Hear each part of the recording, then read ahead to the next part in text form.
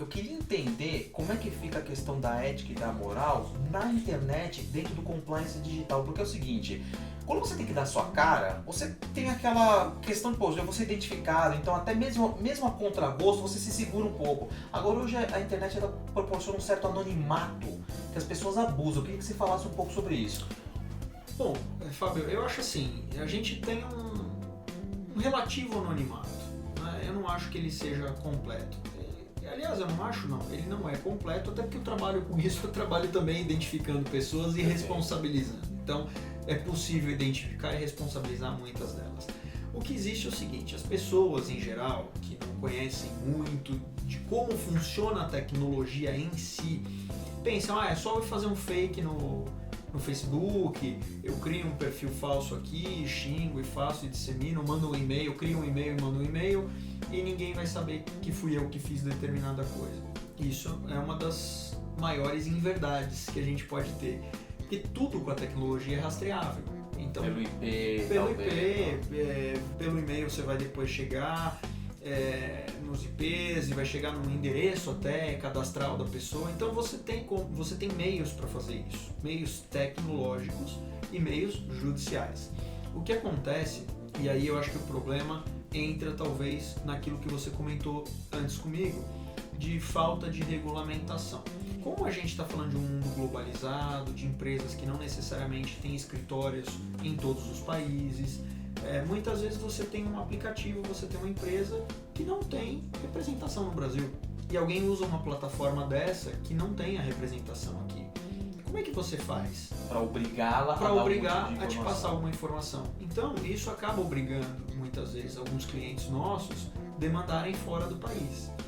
O que resolveria isso seria a gente pensar em reformular, né, os tratados de, enfim, fornecimento de informações multilaterais, bilaterais, fazer acordos, convênios com outros países, no sentido de troca de informações serem agilizadas para esse tipo de investigação. Ou até, se você vai comercializar algo no Brasil, você tem que ter uma representação. Isso talvez também ajudasse. Eu acho que isso pode ajudar, mas por outro lado isso pode emperrar também os negócios. Não vem, com certeza. Pensando pelo lado do business, o cara pode não querer vir para o Brasil, porque ele fala assim, não, mas lá eu tenho X de carga tributária, o que eu vou fazer lá? Né? Então se eu vou para o Brasil, eles podem querer e vêm e ganham muito dinheiro aqui também, mas é que às vezes não tem interesse mesmo em estar aqui, mas tem uma plataforma que é utilizada. E aí isso só seria resolvido na medida em que houvesse um tratado com outro país para o fornecimento de informações. E hoje nós temos, por exemplo, com os Estados Unidos, um tratado para assuntos criminais, mas que curiosamente ele só vale para caso o Ministério Público peça informações do exterior. A defesa não pode pedir. Então isso é muito complicado, isso viola frontalmente a nossa Constituição Federal. Precisaria ser revisto ou reformulado. E para assuntos envolvendo tecnologia, também precisaria haver alguma coisa nesse sentido. Então, uma renovação dos nossos MLATs, né, no sentido de permitir a troca de dados com o governo americano ou com a União Europeia, agora, precisa combinar com eles, né? Não adianta a gente querer, precisa ver se eles têm interesse. Se eles têm interesse também. Então, mas é para isso que serve a diplomacia. E aí é o que eu costumo dizer, bom, mas se eles querem ou não querem, eu não sei. Mas para que a gente tem um corpo diplomático? Então, para tentar negociar e chegar numa melhor situação para os interesses do Brasil também. Então, isso precisa ser pensado. Já que nós estamos falando nesse tema, eu vou fazer uma pergunta aqui capciosa, daí você responde se você quiser. A questão do WhatsApp. Vem um juiz brasileiro que fala assim, olha, por questões criminais, o tráfico está usando, eu quero quebrar isso. O cara fala, não dou. Então nós temos aqui dois valores constitucionais envolvidos, que é o sigilo das comunicações, né? E questão da repressão à própria criminalidade. Eu queria que você elaborasse um pouco sobre esse ponto de vista do compliance digital e até das normas legais que nós temos aqui no país. É uma ótima pergunta, até porque dá uma bagunça boa pensar nisso tudo, né? Esse problema ele tem alguns vieses distintos. O primeiro é o seguinte, você entender se a empresa, que é o WhatsApp, que pertence ao grupo econômico do Facebook, que quase não tem dinheiro. Mas o WhatsApp não tem um escritório próprio no Brasil. É o Facebook que tem. Então a primeira barreira que você começa a pensar é por esse lado, societária. Eles fazem parte do mesmo grupo econômico, mas eles não têm uma representação aqui. Eu posso, a partir do Facebook, exigir alguma coisa do WhatsApp? Então, isso já é um entrave legal que, levando o direito, um pensamento mais estrito, te levaria a entender que não dá. Vamos pensar no caso do Jorge Paulo Lemann, um dos caras mais ricos do mundo, que é dono da Embev, que dentre as empresas lá você tem, por exemplo, a Heinz e você tem o Burger King, né? Você já parou para pensar em uma ordem judicial chegar lá na Heinz exigindo que a Heinz fornecesse dados do Burger King? Não tem a ver, não faz muito sentido. Não faz muito sentido, mas isso quando a gente fala em tecnologia, as pessoas acham que faz todo sentido. Ah, mas é o WhatsApp, o Facebook, é a mesma coisa. Não sei. Então, com esse outro exemplo, eu acho que serve para elucidar um pouco a gente fala, peraí, não é tão simples assim. São empresas, é o mesmo grupo econômico? É. Mas se você for resumir o Brasil a grupos econômicos, nós vamos chegar a uns 7 ou 8 só. Então, no final das contas, tá tudo interligado. Então, afora essa questão, que precisa ser pensada com um pouco mais para fora da caixa, e não simplesmente dizer, não, é o mesmo grupo econômico e resolve-se assim, tem a questão do judiciário, primeiro, entender se poderia um juiz, com seu poder geral de cautela ou não, sozinho derrubar o WhatsApp, mandar bloquear. Que acontece, logo depois vem alguém, o desembargador, restabelece. Esse é um ponto bacana, porque todo mundo sofre isso e ninguém entende o que está por trás disso. Considerando que assim, vamos parar para pensar de um jeito bastante pragmático. O judiciário usa o WhatsApp, inclusive para fazer conciliações. Exatamente. Intimações, foi regulamentado. Como é que pode um juiz, então, numa decisão, suspender para o Brasil inteiro se é algo que o próprio Poder Judiciário usa? Me parece que só por esse viés já seria um impeditivo para esse tipo de situação. Mas nós temos ainda um outro viés para observar, que é o viés da criminalidade, que também usa a tecnologia. Exato. Né?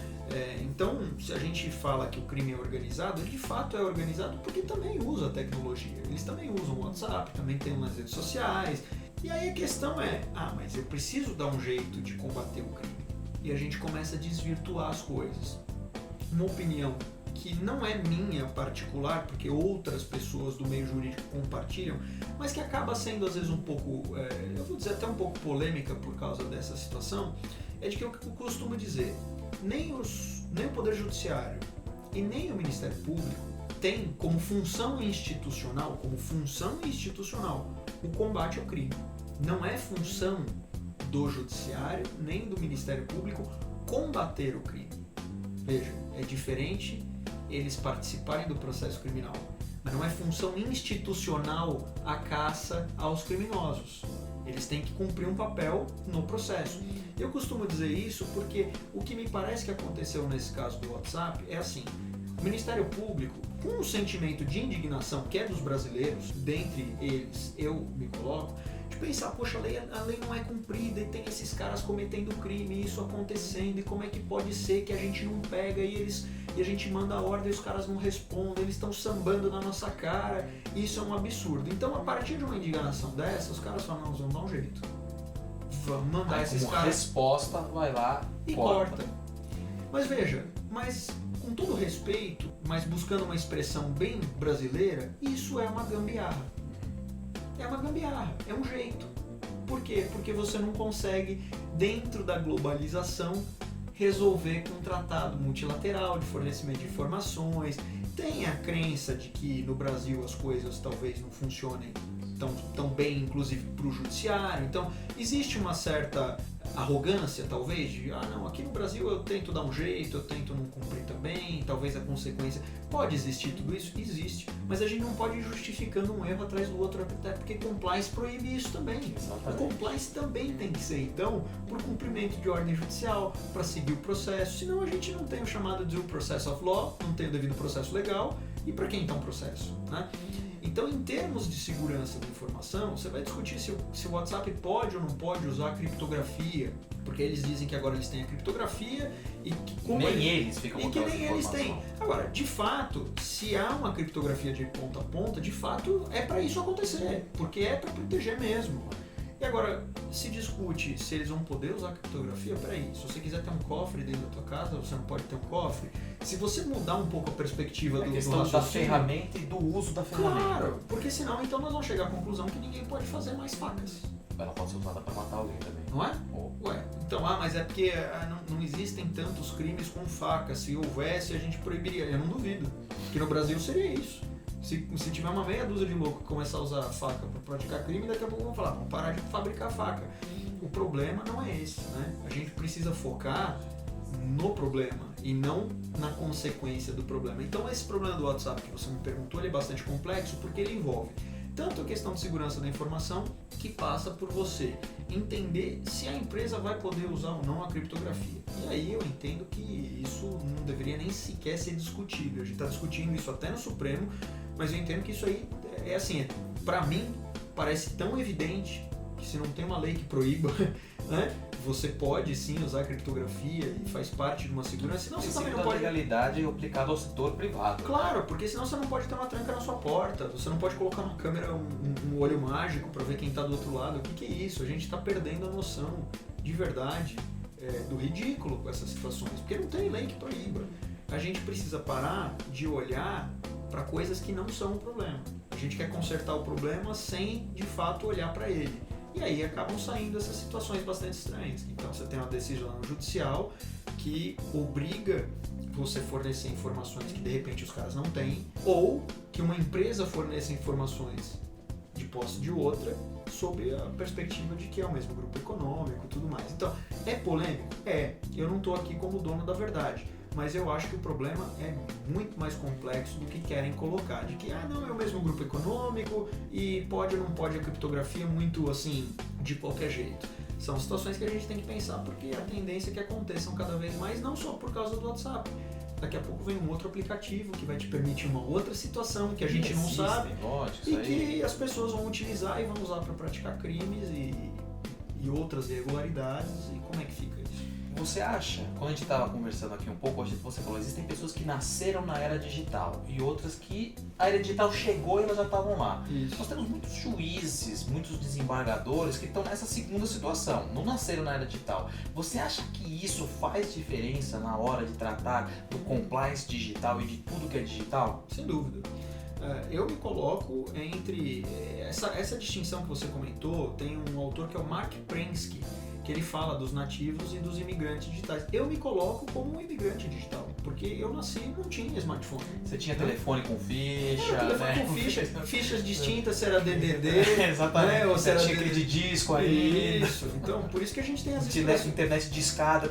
Isso, por isso que a gente tem a expressão caiu a ficha. Exato. Ficava usando a internet no telefone de madrugada para não pagar os pulsos telefônicos. Eu sou dessa época, então eu ainda uso muita coisa em papel. Prefiro muito a tecnologia, mas é inegável que a gente ainda se prende de alguma forma. Então é claro que juízes, desembargadores, promotores e, em geral, algumas pessoas com um pouco mais de idade possam ter algumas dificuldades para compreender. Mas o que também não é um impeditivo, porque eu tenho um avô com 93 anos, hoje ele já não está fazendo isso, mas até os seus 87 ele estava pagando as contas dele na internet. Então, coisa que muita gente não faz hoje, hein? Hoje. Então eu acho que assim, o problema não é também a idade, né? Eu não quero parecer preconceituoso porque as pessoas podem ter mais idade, menos idade, compreender ou não compreender.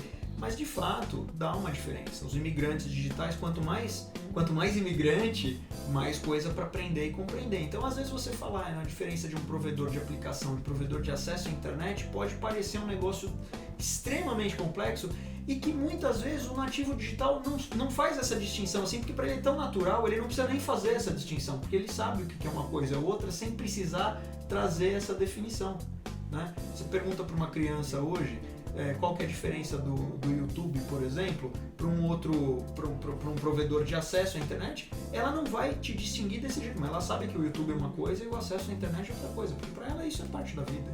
Uma coisa que eu queria te perguntar é o seguinte: quem precisa do compliance digital? Eu queria que você fechasse um ramo assim, olha, essas pessoas precisam estar atentas ao compliance digital. Tá, eu vou fechar bem assim o ramo, todo mundo. Pronto. Por quê?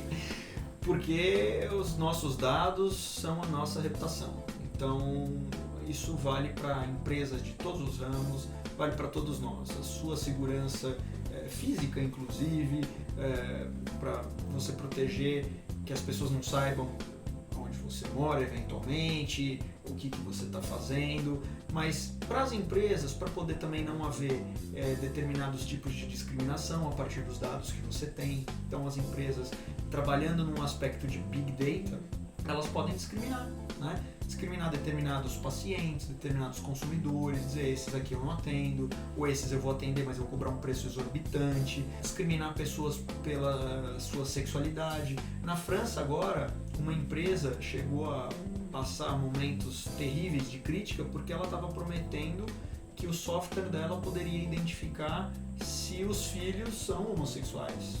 Então isso deu um furdunço lá na Europa, inclusive porque do jeito que eles colocaram, estavam utilizando até alguns estereótipos, assim, umas coisas muito banais, muito bobas para se falar, né?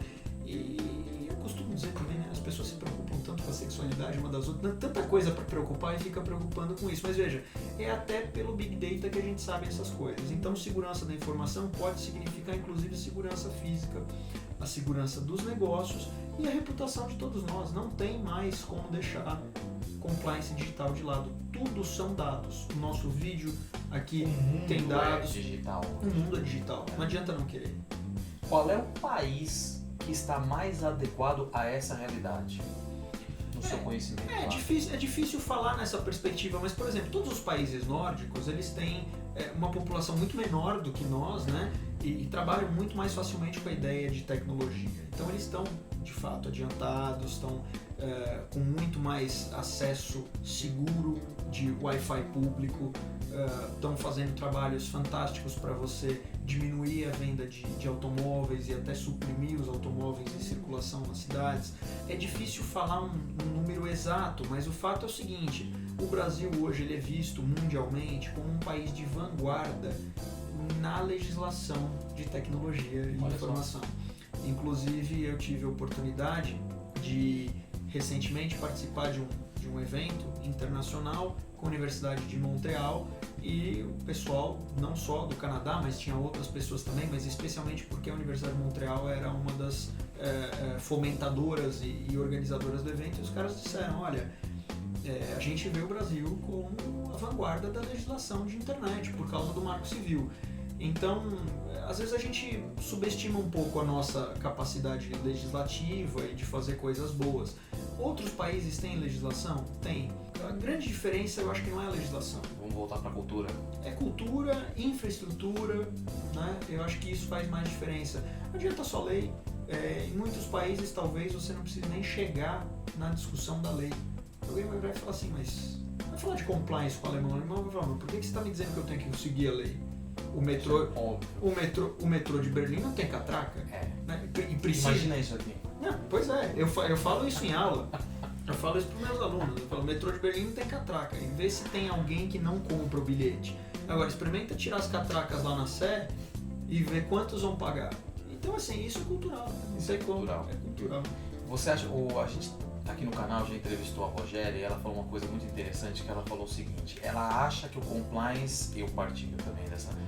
Pode mudar o mundo, porque parte dessa questão cultural, não mais do Estado para o indivíduo, mas das corporações para o indivíduo. Eu queria que você elaborasse um pouco sobre esse tema.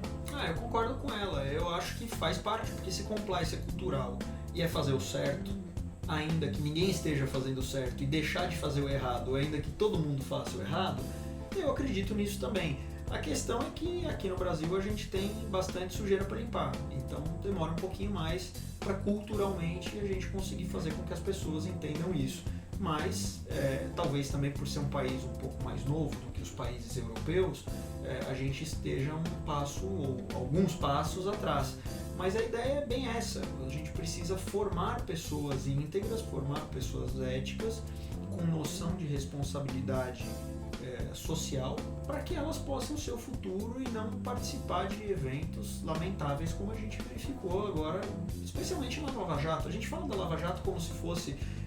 porque chama muito a atenção, né? Mas certamente não é o único exemplo de combate à corrupção E também não é o único exemplo de ilícitos que a gente encontra no Brasil, mas é uma área o mais popular. Não tem como a gente não falar de Lava Jato, mas é isso, é a cultura mesmo, é ensinar os nativos digitais não só manipularem a tecnologia, mas fazerem de um modo ético.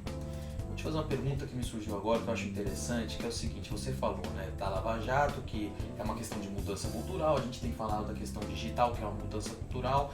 Uma empresa brasileira hoje, vou pegar a frase do Emílio Odebrecht, o pai dele fazia isso há 30 anos. Uma empresa hoje que passou por esse momento histórico onde as coisas eram feitas daquela forma, e ela quer colocar o compliance hoje na empresa, ou seja, ela quer mudar. O compliance chega, ele vai ver alguma coisa do passado, muito provavelmente, que está em desconformidade. Qual é a postura, na sua opinião, desse compliance officer? Como é que tem que fazer? É um trabalho árduo, né? É difícil. O compliance officer sofre muito, né? É sempre visto como uma pessoa chata, que pega no pé dos outros, às vezes é conhecido como polícia. Enfim, o compliance officer sofre bastante. Basta perguntar para eles, eles sempre falam assim, puxa, as pessoas às vezes torcem muito o rosto, torcem o nariz para falar com a gente, isso, aquilo, que acha que a gente é só aquele pessoal chato, mas o compliance officer, o grande desafio é implementar o programa de compliance, mas pensar como ele consegue fazer isso a partir daquela cultura daquela empresa. Se é uma cultura que dá para trabalhar porque já tem pontos positivos, ou se aquilo ali está completamente corrompido. E aí cabe ao compliance officer também ter criatividade e entender por que lado vai começar, né?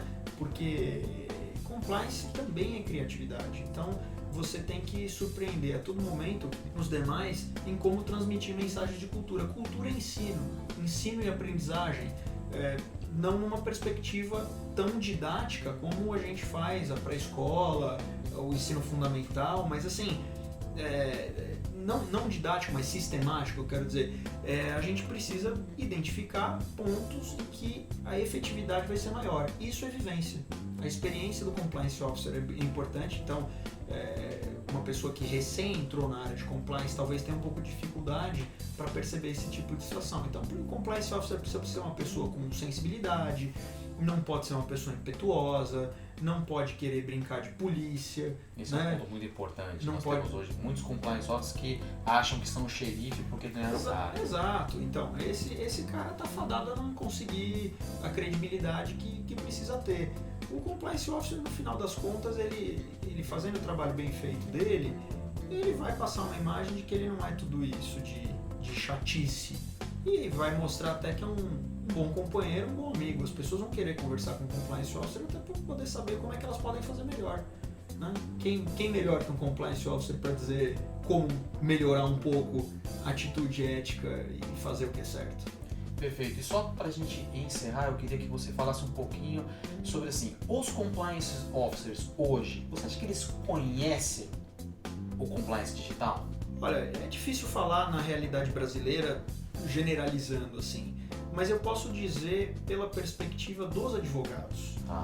Eu percebo que tem muitos advogados que estão mais habituados com a tecnologia pela razão do processo eletrônico, com a certificação digital, que a gente precisa peticionar muitas vezes usando esse certificado. Então isso obrigou muitos advogados a conhecerem um pouco mais da tecnologia. Mas por outro lado, apesar disso, me parece que ainda falta bastante conhecimento para outras situações.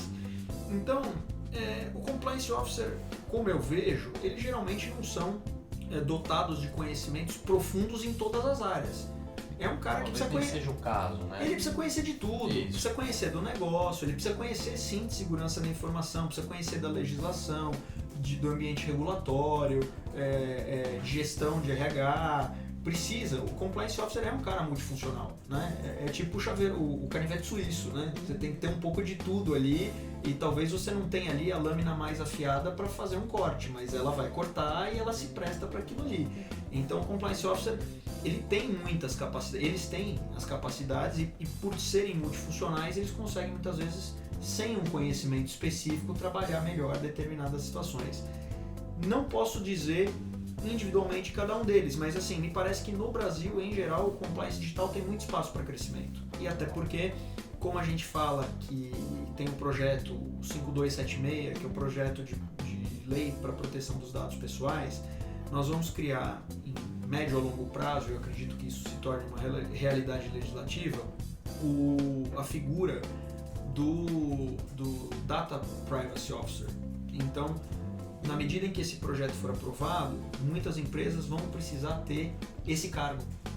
E aí é um cara com conhecimento específico. Esse cara vai ser um braço direito do Compliance Officer. Assim como o jurídico tem que ser um braço direito, como o RH tem que ser. As coisas tem que haver uma sinergia, né? Não existe compliance sozinho. É o tratamento holístico da situação. O compliance não vai existir sozinho, né? Então ele precisa ter esses bons contatos.